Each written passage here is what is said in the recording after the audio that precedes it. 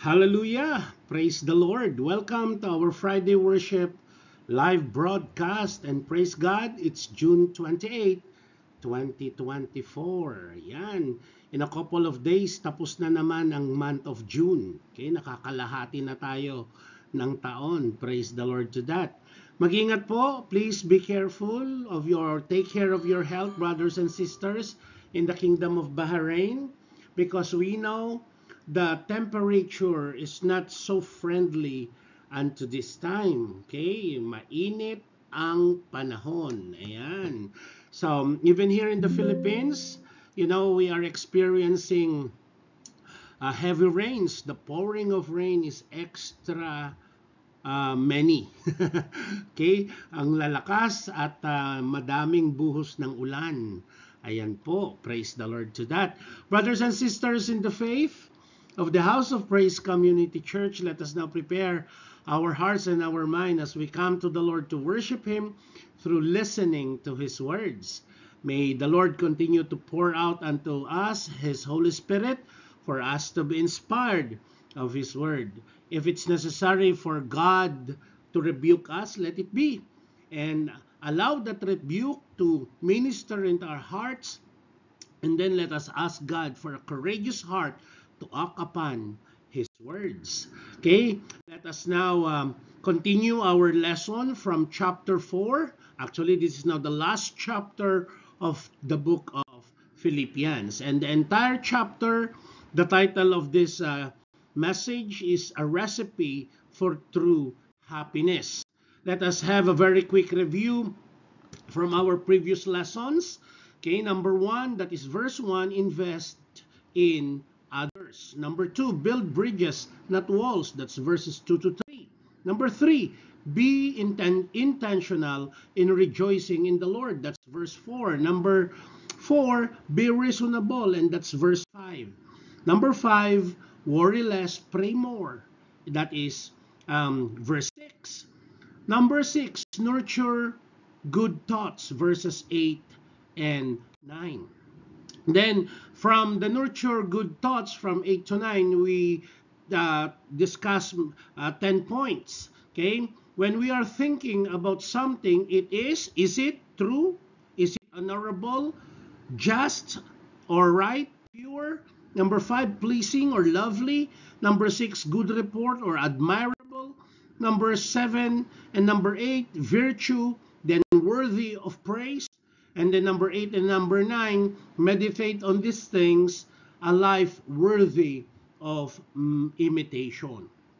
Now, we deal already, and we are in the last segment of Philippians chapter 4. We are now in verse 7, God's provision, verses 10 to 23. We discussed several points already. 7.1, that is verse 10, God's provision brings joy. 7.2, verses 11 and 12, God's provision is God's prerogative. Number 7.3, that's verse 13, God's provision comes from our relationship with Jesus.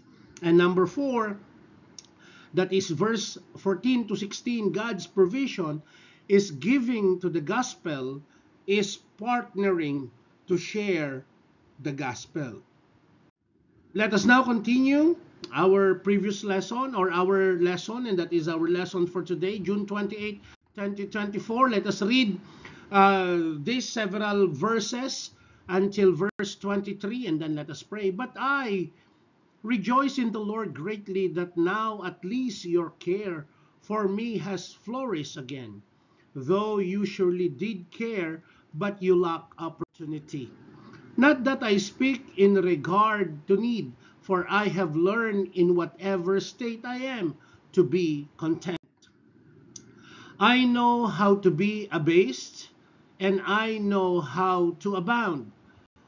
Everywhere and in all things I have learned both to be full and to be hungry, both to abound and to suffer need. I can do all things through Christ who strengthens me. Nevertheless, you have done well that you shared in my distress. Now you Philippians know also that in the beginning of the gospel, when I departed from Macedonia, no church shared with me concerning giving and receiving, but only you. Or for even in Thessalonica, you sent aid once and again for my necessities. Not that I seek the gift, but I seek the fruit that abounds to your account. Indeed, I have all and abound. I am full, having received from Epaphroditus the things sent from you, a sweet smelling aroma, an acceptable sacrifice, well pleasing to God. And my God shall supply all your needs according to his riches in glory by Christ Jesus. Now to our God and Father be glory forever and ever. Amen. Greetings, every saint in Christ Jesus. The brethren who are with me greet you. All the saints greet you, but especially those who are of Caesar's household. The grace of our Lord Jesus Christ be with you all. Amen.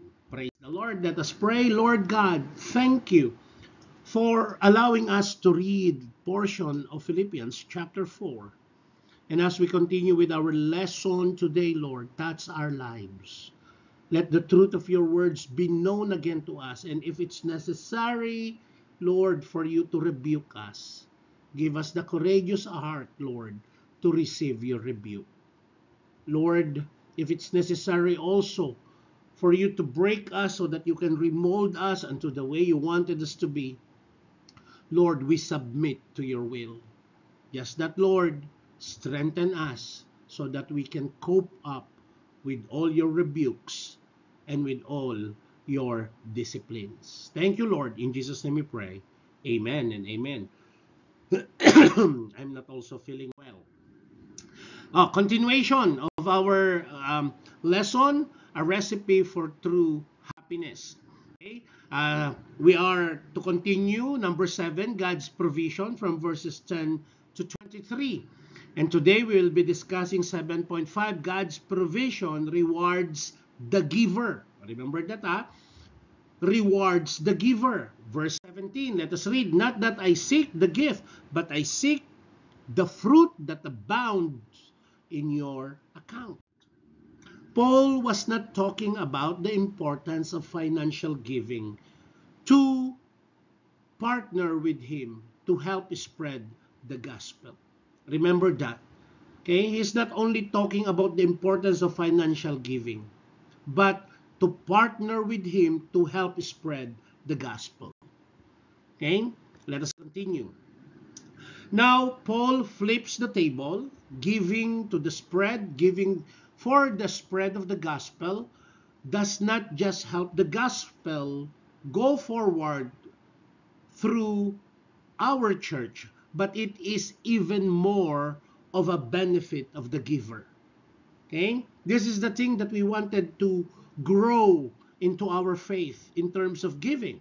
We're not just giving, but we are partnering with God to advance his kingdom. And that the giver receives some benefit. Why it is always better to be a giver? God loves to reward those who gives. Remember that. So God rewards giver in this life. So in this life, God is rewarding the giver. Don't misunderstand this point. Okay? This is not prosperity theology motivated by greed, where the prosperity gospel preachers tells people to give him 50 dinars, okay, because we're talking in Bahrain, but because God, let me put it this way. So, the prosperity gospel preachers tells people to give him 50 dinars because God will give them back 250 dinars. Alam mo yon? It's more than a networking. But that is how the prosperity gospel, the greedy prosperity gospel preachers do. But that is not how are we going, or that is not the topic that we will be dealing today. Okay? That is not what we are promoting in God rewards giver in this life. This is not what we are saying. All I'm pointing out is the Bible is clear that when people are generous to help others and to spread the gospel in this life, God loves to give them more resources to continue that generosity. God will bless the works of your hand so that the blessing will overflow, and then you can help others in partnering to spread the gospel in this life. And hallelujah to that. Okay, Proverbs chapter 11, verse 24 to 25. It says, "Indeed, one gives freely, yet grows all the richer. Another withholds what he should give and only suffer once. Whoever brings blessing will be enriched, and the one who waters will himself be watered." Okay? So let us think about this. The, the one that really gives freely, yet grows all the riches or the richer. And then those who are stingy, madamot, okay, they suffer a lot. Okay? Proverbs chapter 22 verse 9, "The generous will themselves be blessed, for they share their food with the poor." Okay? Praise the Lord to that. So, Luke chapter 6 verse 38 even says, "Give and it will be given to you. Good measure, pressed down, shaken together, running over, will be put on your lap. For with the measure you use, it will be measured back to you." So, if you give this much, then you will receive that much. But if you give this much, God will reward you and you will enjoy in return this much. Because the measure that you use, it will be also the same measurement that God will use through your giving. 2 Corinthians chapter 9 verse 6, the point is this: whoever sows sparingly will also reap sparingly. So if you sow this much, then you will reap this much. And whoever sows bountifully will also reap bountifully. This is now self-explanatory, my friend. It's a matter of the condition of the heart for us to obey God on the way we partner in the spreading of the gospel through our giving. Because we cannot do mission without our support to the missionaries, to your pastors. Okay? So, a generous life is the kind of life God blesses. Let me repeat that. A generous life is the kind of life God blesses.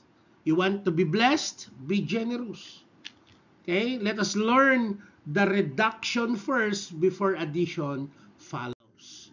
God blesses that kind of life because those are the people who will get God's resources, not just a blessing, but God's resources where He wants those resources going. Remember the parable of the talents? Okay? The 10 times, the 5 times it doubles, the 2 it doubles, but that 1 talent and dug in the ground and not being used it properly, it was taken away from him. They aren't the kind of people who will flock those resources. No. They are generous enough unto whatever they have, they share in this life. They are the kind of people who will use those resources. They will not just hoard it, but they will use it. Okay? They will share it. Okay? Another point that God wanted us to see is God reward the givers in the next life. Okay? What is this? What's this is all about? Let's see.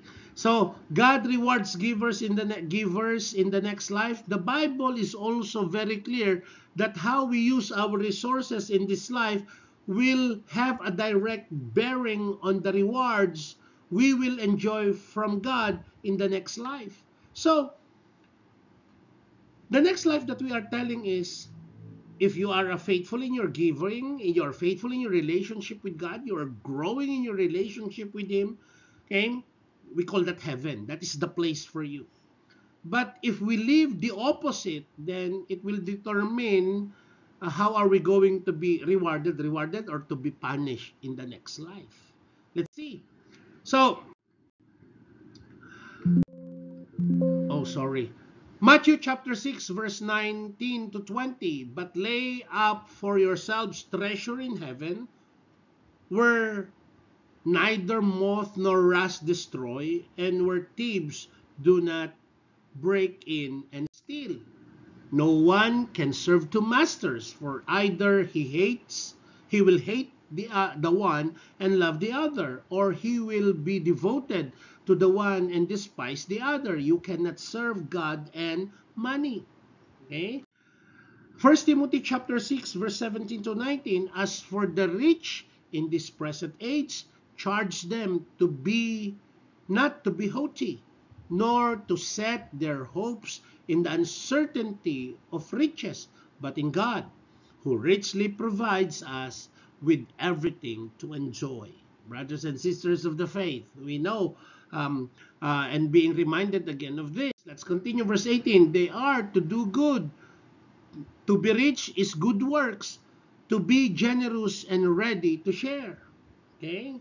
Just like the principle or theology of John Wesley.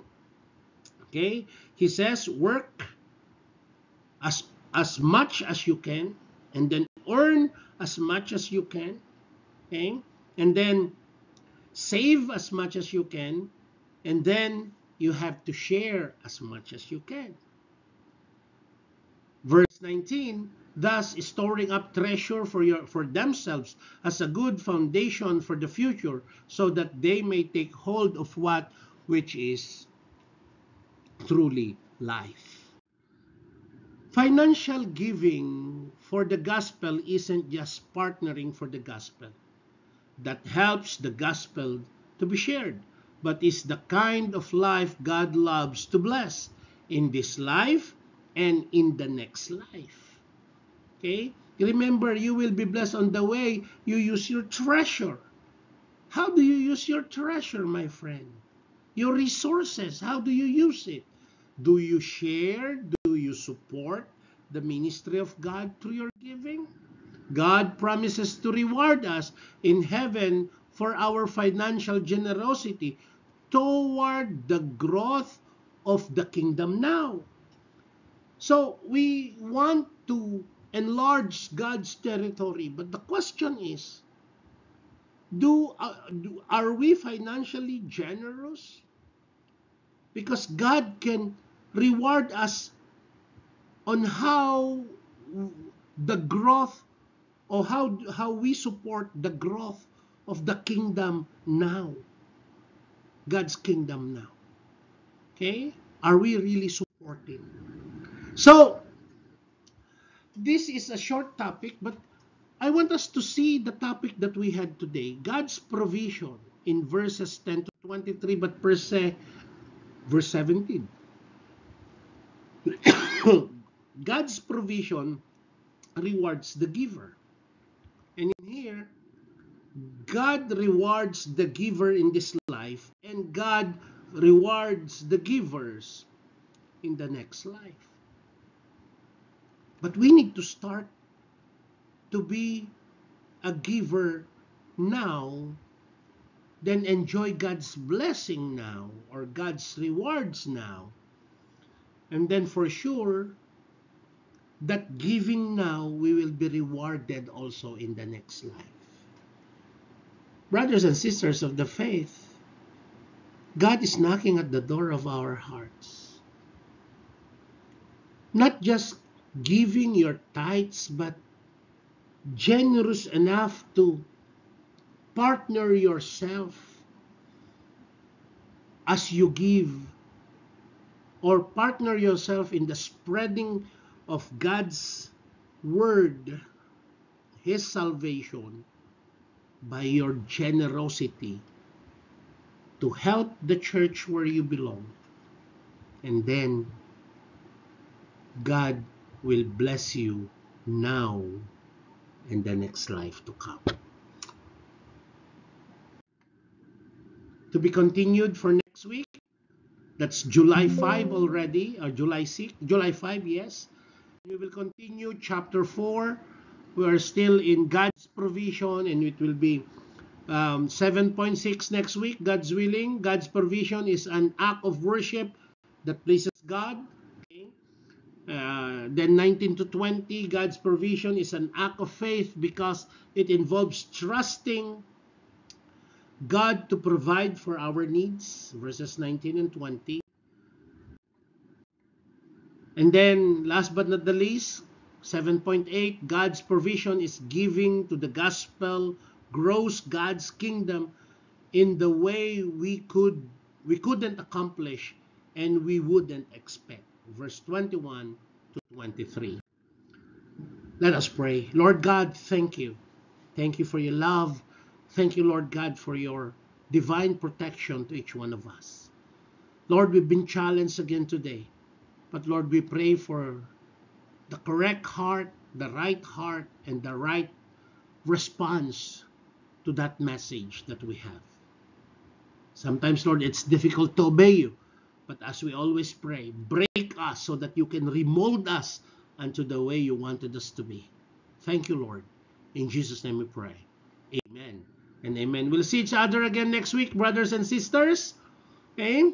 And I'm excited for next week. But for now, I will see each other next week. To God be the glory. Amen and amen.